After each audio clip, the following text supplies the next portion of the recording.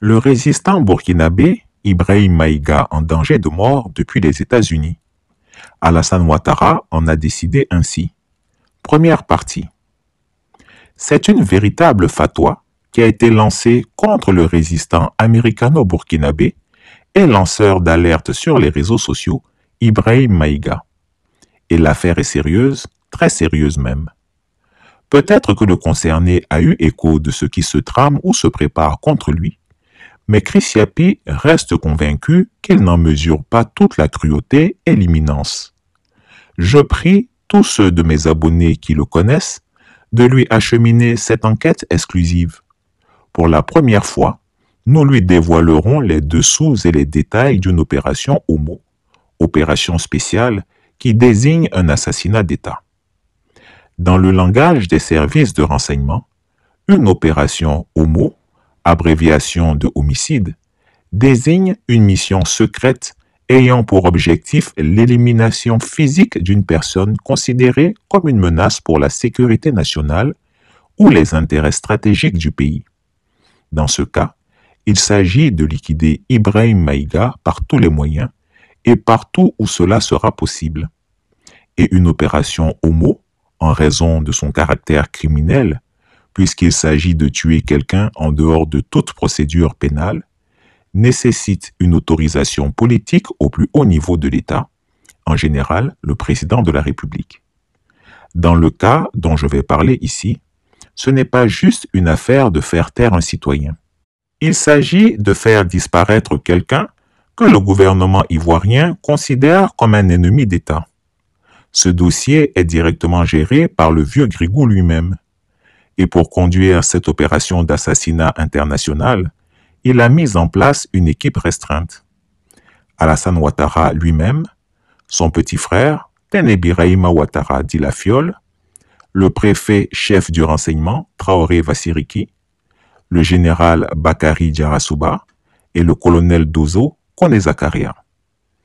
Qui est cet homme qu'Alassane Ouattara veut absolument tuer? Il s'agit d'Ibrahim Maïga, né le 31 décembre 1984 au Burkina Faso. Ancien journaliste, il a dirigé le journal Sahel Info qu'il avait créé.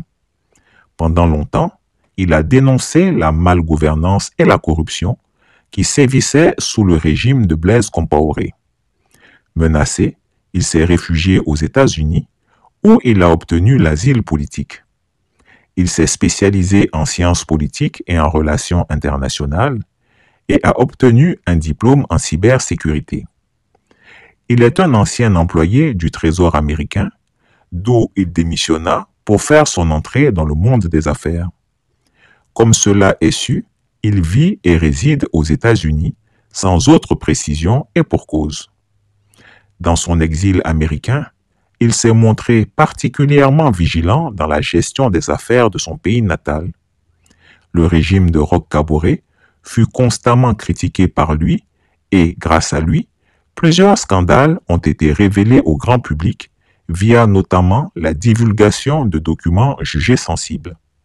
Par exemple, il avait révélé les dessous d'un contrat de modernisation d'hélicoptères pour l'armée burkinabé qui avait donné lieu à un vaste système de corruption au sein de l'armée et du ministère de la Défense, alors que les soldats mouraient sur le terrain face à des terroristes mieux armés qu'eux.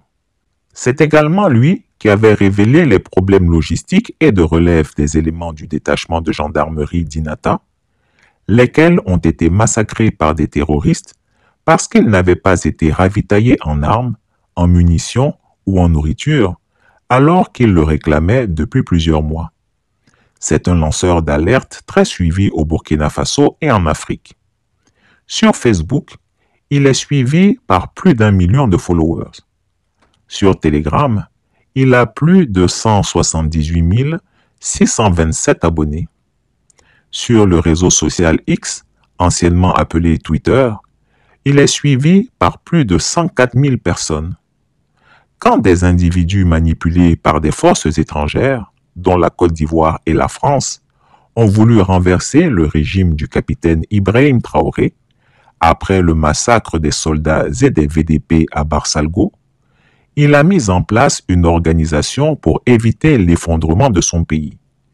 Les BIRC, Bataillons d'intervention rapide de la communication.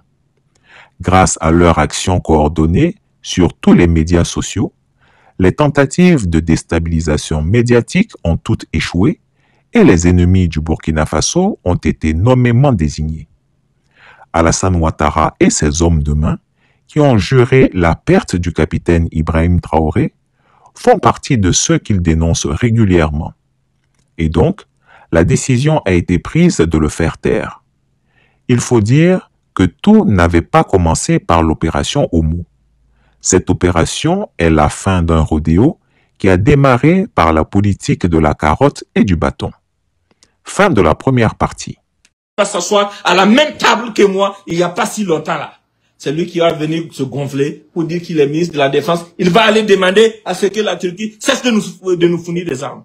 Tenez Brahma Ouattara et moi, si on se présente aux élections, pas au Burkina ou au Niger ou au Mali, en Côte d'Ivoire, là, moi je vais gagner. Moi, si Tenez Brahma et moi, on se présente à des élections demain en Côte d'Ivoire, moi je vais remporter ces élections.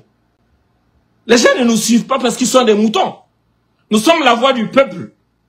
Nous parlons en votre nom. Et je veux, à partir de ce soir, que vous le confirmiez. Ne soyez pas paresseux, ne les laissez pas vous distraire. Que la connexion est chère, on vous avait promis si. Nous, on pense au-delà de ça. Quelle vie chère? Aucune vie n'est chère, parce qu'on est en guerre. Des gens ont déjà accepté de mourir pour cette cause.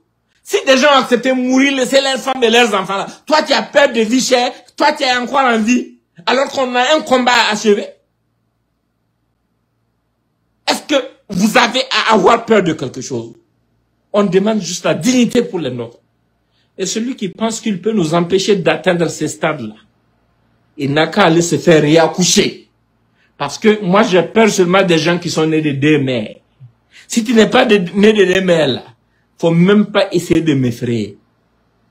Parce que Alassane est trop insignifiant. Macron est trop insignifiant. N'en parlons pas des farfelus qui sont à côté, comme le chef de la rébellion ivoirienne, qui s'est fait appeler chef d'état-major, qui ne maîtrise rien du tout. Mais c'est l'armée ivoirienne qui l'a insulté ce soir. Partagez au maximum. Je veux qu'il voit ça. C'est l'armée ivoirienne qui l'a insulté. C'est pas nous qui l'a insulté. Vous pensez que nous on a peur de vous? Vous négociez avec des terroristes pour rester en paix sur votre propre sol. Des bandits comme Ben Mokhtar Maouloud, qui sont les collaborateurs directs d'Al-Qaïda, qui deviennent vos fournisseurs d'armes. Vous pensez qu'ils vont vous fournir des armes qui vont combattre ces gens demain? L'orgueil, l'arrogance que vous êtes en train de montrer, nous avons montré ça hier, à travers Djendjere et Blaise Compaoré. Quand les Mali étaient attaqués là, les Djibril Bassolé sortaient pour tenir les mêmes discours, pour dire que non, nous, on maîtrise notre pays, machin. Alors que c'était des compromis. Ça a rattrapé qui? C'est le peuple que ça a rattrapé, pas eux. Ils ont fui. Djibril a pris son caleçon, allé se réfugier à Paris.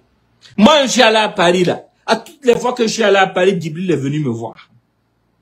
Et quand Ibé est arrivé, Ibé était tellement ouvert d'esprit qu'il a même parlé à Djibril. Les petits bandits comme les Alpha Bari qui sont habillants, qui pensent qu'ils sont des hommes, qui essaient de manigancer les uns à gauche à droite contre nous là. Alpha Bari là, quand Ibé est arrivé au pouvoir, il m'appelait dans la journée au moins 20 fois, des témoins vivants. Moi j'ai arrêté de le prendre le jour que j'ai découvert qu'il enregistrait les conversations. Parce qu'un homme qui a toute sa cervelle, un homme qui veut qu'on le respecte n'enregistre pas les conversations. Et il a la conversation qu'il a déjà enregistrée, il n'a qu'à publier. Il suppliait pour être encore, et lui-même il est sorti sur une télévision pour dire que non, lui, il a été en contact avec Ibé. Nilton Ahmed Bari, lui, il m'a appelé aussi chaque heure dans le jour du coup d'État. Quand l'ambassade de France était sur le point d'être attaquée, il m'a appelé pour dire il faut aider, pour qu'on n'a qu'à protéger l'ambassade. Moi, j'ai appelé des jeunes que je connais qui sont de l'armée. Vu la cacophonie et que c'était un coup d'État, des jeunes qui n'avaient même pas quelque chose à voir avec le coup d'État, qui sont allés protéger les emprises diplomatiques de la France. Parce que moi, je considère que par principe, on ne doit jamais s'en prendre aux emprises diplomatiques des autres pays, quelle que soit la gravité de la situation. Je ne suis pas sorti parler de ça. Et après ça, quand il y a eu la situation pour pouvoir livrer Djibo à Nourdi, à qui est-ce que Newton a envoyé les messages? Les messages sont encore là. C'est à moi il a envoyé des messages, il n'a pas envoyé ça à Ibé.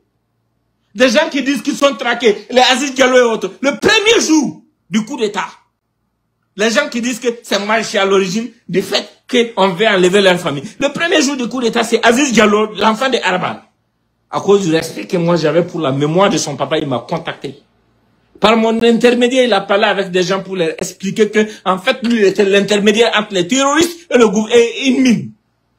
Et qu'il y avait de l'argent que cette mine devrait donner aux terroristes pour que les terroristes n'attaquent pas leur convoi. Mais Ibé l'a écouté, mais Ibé lui a clairement fait savoir que lui, il ne va pas payer 5 francs à quelqu'un. S'ils veulent, là, ils n'ont qu'à aller essayer d'attaquer. Ils n'ont qu'à tenter de les changer. S'ils essayent, s'ils échouent, là, ils vont chier. Et quelques jours après, la mine, le convoi de la mine de Sakan a été attaqué. Ça, c'est des exemples. Je ne dis pas tout, hein. Mais je réserve le reste pour après. Ce soir, ils m'ont très énervé, ils m'ont tellement énervé que je suis obligé de parler. Nous, on parle, on s'assoit, on les regarde. Ce sont des gens qui se comportent comme révolutionnaires. Mais quelle révolution? Chris Yapi ne ment pas. Retrouvez Chris Yapi sur ses 2 chaînes YouTube, sa chaîne Rumble, ses comptes TikTok, X, Instagram, VK et Threads.